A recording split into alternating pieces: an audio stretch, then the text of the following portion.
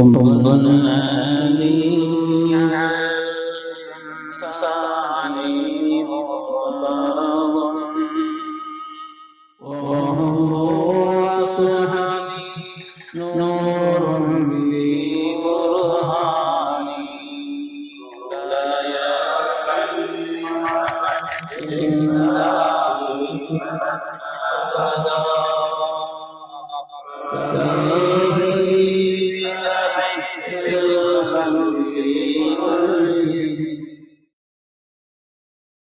அஸ்ஸலாமு அலைக்கும் வரஹ்மத்துல்லாஹி வபரகாத்துஹு.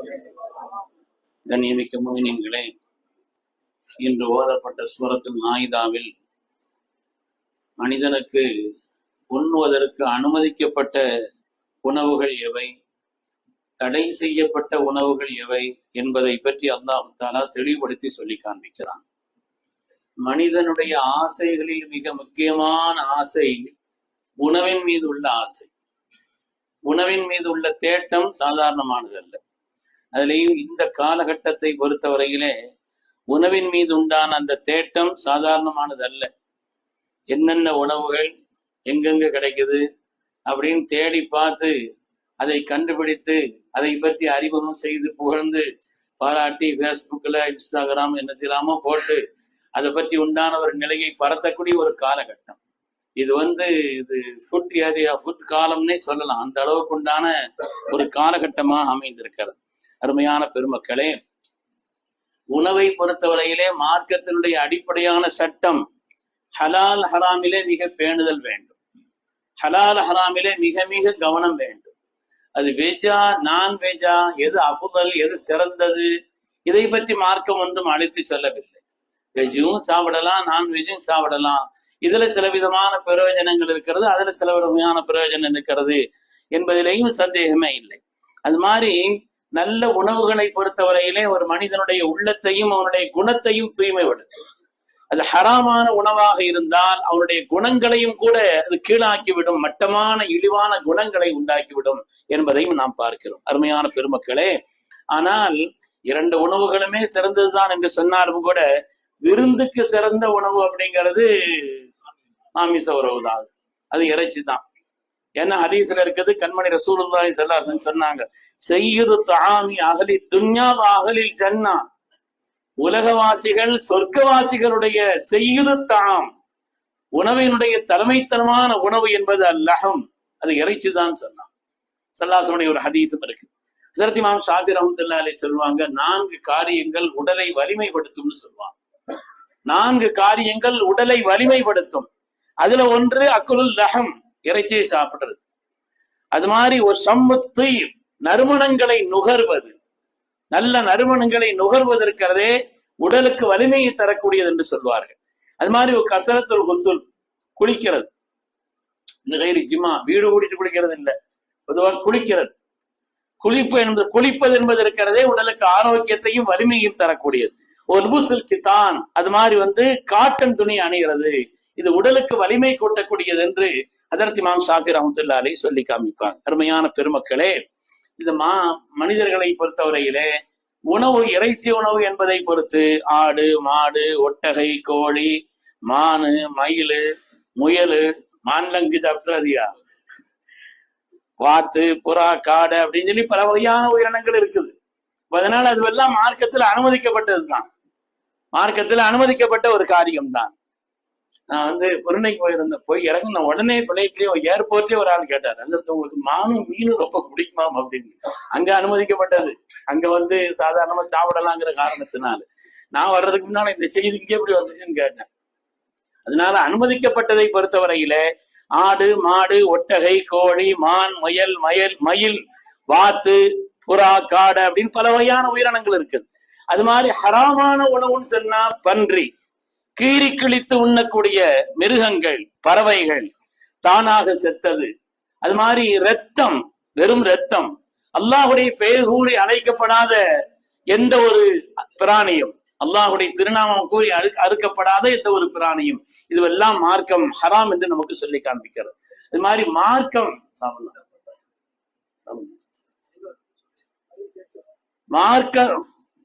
இந்தியாவிலேயே அதுக்கு தேசிய உணவு தான். நாங்க பொதுவா மார்க்கத்தினுடைய பொது அனுமதின்னு சொல்றதை தவிர அதுக்கான இங்க உட்கார்ந்து சாப்பிட்டு அதற்கு பயான்ல சொன்னாருன்னு சொல்லிடுறாங்க. மார்க்கம் கொல்லுமாறு உத்தரவிட்ட பாம்பு, தேளு, பல்லி, இதெல்லாம் எலி, இதெல்லாம் சாப்பிடக்கூடாது. இந்த மாதிரி அருவருப்பான எந்த உணவுகளையும் மார்க்கம் சாப்பிடக்கூடாது என்று சொல்றாரு. அருவருக்கத்தக்க உணவுகள் அப்படிங்கிறது இருக்குது இல்லையா, அப்படிப்பட்டதை சாப்பிடக்கூடாது என்று சொல்றாரு. அருமையானவர்களே, ரப்பு பொதுவாக எதை ஹலாலுன்னு அனுமதிச்சிருக்கிறானோ அதுல பூரா ஆரோக்கியம் இருக்கும், உயர்வு இருக்கும், மனதினுடைய நூறானியத்து உண்டாகும். எதை அல்லாஹுத்தால ஹராமாக்கி இருக்கிறானோ அதிலே பல்வேறு வகையான இழி குணங்கள் இருக்கும். காரணமா பன்றியை பொறுத்த வரையில அதையும் ஒட்டகத்தையும் பற்றி ஒரு சின்ன ஒப்பீடு செய்யறாங்க. ஒட்டகம் இருக்குது, ரொம்ப வெட்கப்பட்ட பிராணி, ரொம்ப வெட்கப்பட்ட பிராணி.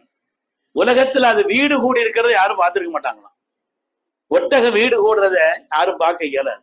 அப்படி பார்த்தாங்கன்னா கொன்றுமா ஆளை, யார் பார்த்தான்னு அவனை. அதனால அப்படிப்பட்ட ஒரு அவ்வளவு தனிமையையும் அவ்வளவு நிலையையும் பேணி யாருக்கும் தெரியாமல் உள்ள ஒரு நிலையில் அவ்வளவு வெட்கப்பட்ட பிராணி ஒரு வகையில். ஆனால் பன்றியை பொறுத்தவரையில் அப்படி அதுக்கு ஒரு அதெல்லாம் ஒரு சின்ன இதே கிடையாது. அது அசிங்கமான உறவுகளையும் கூட தன்னுடைய தாய் என்று கூட பார்க்காமல் அசிங்கமான உறவுகளிடத்திலையும் அப்படிப்பட்ட அந்த பிராணிகளை சாப்பிடும் பொழுது அந்த குணங்கள், அந்த இழி நிலைகள் ஏற்படும் என்று நமக்கு பெருமக்கள் சொல்வார். பெருமக்களே, ஆடு, மாடு, கோழி, ஒட்டகம் எது சாப்பிடுறது நல்லது? எது நல்லது? வாக்கியாத்து சாலிஹாத்துல ஒரு ஃபத்வா கேட்டாங்க. உலகையை அறுத்து கொடுக்கறதுக்கு ஆடு நல்லதா மாடு நல்லதான்னு கேட்டாங்க. அப்ப அங்க ஷேகான மதரத்தினம் பிறந்தவங்களுக்கு ஒரு 60 ஆண்டு காலம் முஃப்தியில் ஆலமாக திகழ்ந்த ஷேகான மதரத்து இங்க ஆடுதான் நல்லதுன்னு அசத்து ஃபத்வா கொடுத்துட்டா. இன்னொரு ஆள் தேவபத்துக்கு எழுதியிருக்கிறார், ஆடு எடுத்து கொடுக்கறது நல்லதா மாடு எடுத்து கொடுக்கறது நல்லதான். அவர் மாடு எடுத்து கொடுக்கறது நல்லதுன்னு அங்க இருந்து எழுதியிருக்கிறார். நம்ம தான் சில பேர் சில வேலைகளை செய்வாங்க இல்லையா, அந்த வத்துவாத்துக்கிட்டு இங்க வந்துட்டாரு அவரு.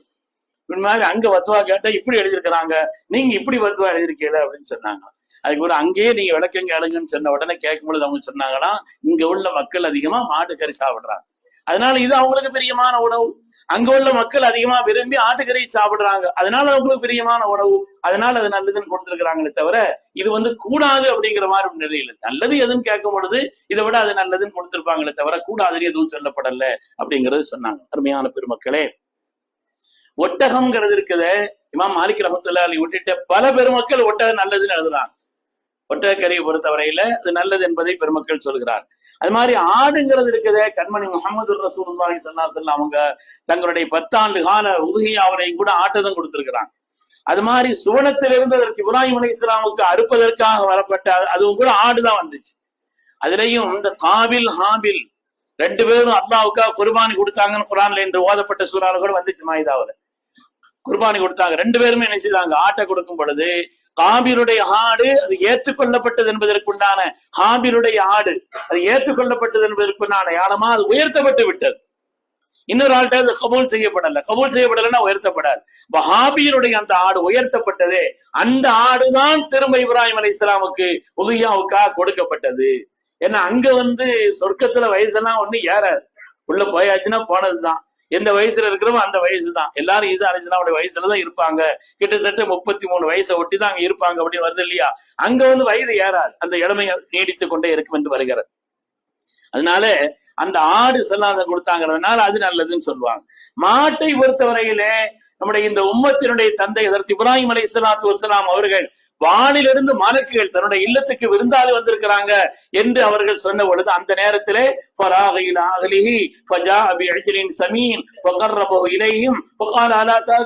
அவங்க என்ன செய்தாங்கன்னா போய் உடனே ஒரு மாட்டை அறுத்து நல்லா பொரிச்சு அந்த கறியை தான் வச்சாங்கன்னு வருது, குர்ஆன்ல இருக்குது. அதனால விருந்தாளிகளுக்காக அவங்க சொன்னாங்க, நாங்க எங்களுக்கு எதையுமே சாப்பிடுறது இல்லை, நாங்க சாப்பிடுற ஆட்கள் இல்லை, எங்களுடைய ஹயாத்துஹும் பிஸ்ஸிக்ரி வத் தஸ்பீஹ், எங்களுடைய ஹயாத்தே திக்ர் தஸ்பீஹ் தான் எங்களுடைய ஹயாத், எங்களுடைய உணவே அதுதான், நாங்க சாப்பிடுற ஆட்கள் இல்லைன்னு சொல்லி அதனால அவங்க சாப்பிடலையே தவிர இல்லைன்னா அதற்கு இப்ராஹிம் அலைஹிஸ்ஸலாம் அவரை வீட்டுல பயன்படுத்தினாங்க, எல்லாரும் சாப்பிட்டாங்க.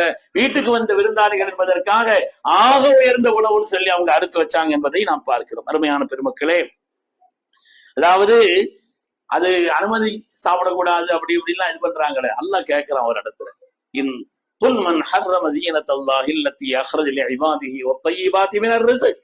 இந்த உலகத்துல எவன்ட ஹராமாக்க முடியும் நல்லா கேட்கலாம். உன் நாயகமே கேளுங்கள், மர் ஹர்ரம ஸீனத்துல்லாஹி அல்லதி அக்ரஜ லிஇபாதிஹி வத்தய்யிபாத்தி மினர் ரிஸ்க். அல்லாஹ் அனுமதிச்ச இந்த அலங்காரங்களை, இந்த ஹலாலானவைகளை தடை செய்வதற்கு யாருக்கு அதிகாரம் நல்லா கேட்கலாம். அதனால சொல்றவங்க சொல்லிட்டு போறாங்க, நமக்கு அது பிரச்சனை எல்லாம் ஒண்ணுது. உலகத்துல இப்படி ஒரு உணவு சாப்பிடக்கூடாதுன்னு தடை செய்யற நாடு துன்யால வேற எந்த நாடும் இல்லை. துன்யால வேற எந்த நாட்டிலையும் இப்படிப்பட்ட ஒரு நிலையும் இல்லைங்கிறதையும் கவனத்துல வைக்கணும். அதனால அனுமதிக்கப்பட்ட ஒரு காரியம் தான் என்பதிலே எதிலையும் இன்னும் சுத்தமா சொல்றதா இருந்தா துத்தநாதம்னு ஒண்ணு இருக்குது இல்லையா?